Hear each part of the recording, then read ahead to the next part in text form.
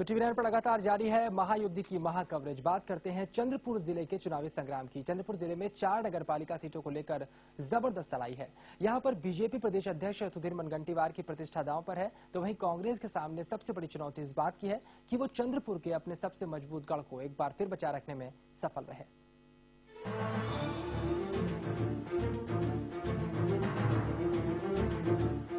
चंद्रपुर नगर पालिकाओं पर पिछली बार पूरी तरह कांग्रेस का कब्जा था।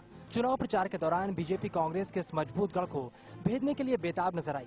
थर्मल पावर प्लांट के लिए मशहूर चंद्रपुर जिले में 4 नगर पालिका क्षेत्र आते हैं। जिले में बरोरा, बल्लारपुर और मूल के अलावा राजुरा नगर पालिका क्षेत्रों में मतदान हो रहे हैं। इन सभी सीटों पर कांग्रेस का कब्जा है। ऐसे में सभी पार्टियां कांग्रेस के किले को भेदने की कोशिश में जुटी हैं। इस चुनाव में सबसे ज्यादा बीजेपी की इज्जत दांव पर है, क्योंकि बल्लारपुर नगर पालिका क्षेत्र बीजेपी प्रदेश अध्यक्ष सुधीर मुनगंटीवार के अपने विधानसभा क्षेत्र में आता है। इतना ही नहीं, मूल नगर पालिका क्षेत्र भी बीजेपी अध्यक्ष के निर्वाचन क्षेत्र में ही आता है।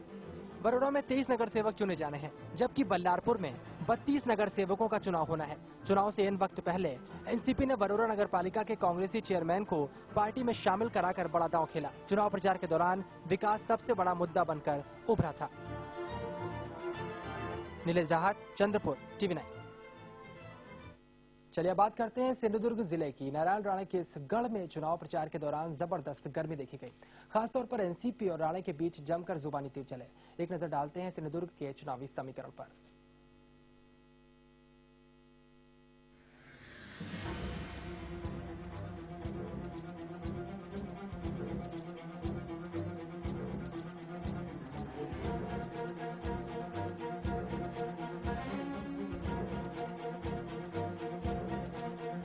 शिवसेना विधायक परशुराम उपरकर के साथ एनसीपी विधायक दीपक केसरकर की मौजूदगी। ये तस्वीरें सिंधुदुर्ग का चुनावी समीकरण बताने के लिए काफी है। राणे के इस किले को भेदने के लिए यहां एनसीपी ने शिवसेना से हाथ मिला लिया।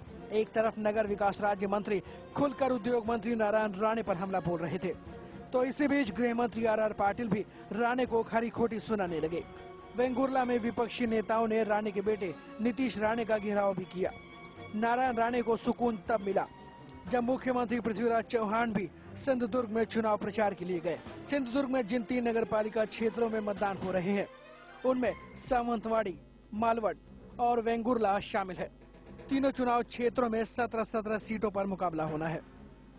विपक्ष के सामने जहां राणे के गढ़ को तोड़ने की चुनौती है, वहीं राणे के सामने एक बार फिर ये साबित करने की चुनौती है कि वो वाकई कोकण के बेताज बादशाह है। सावंतवाड़ी में एनसीपी ने राणे गुट को कड़ी टक्कर दी है।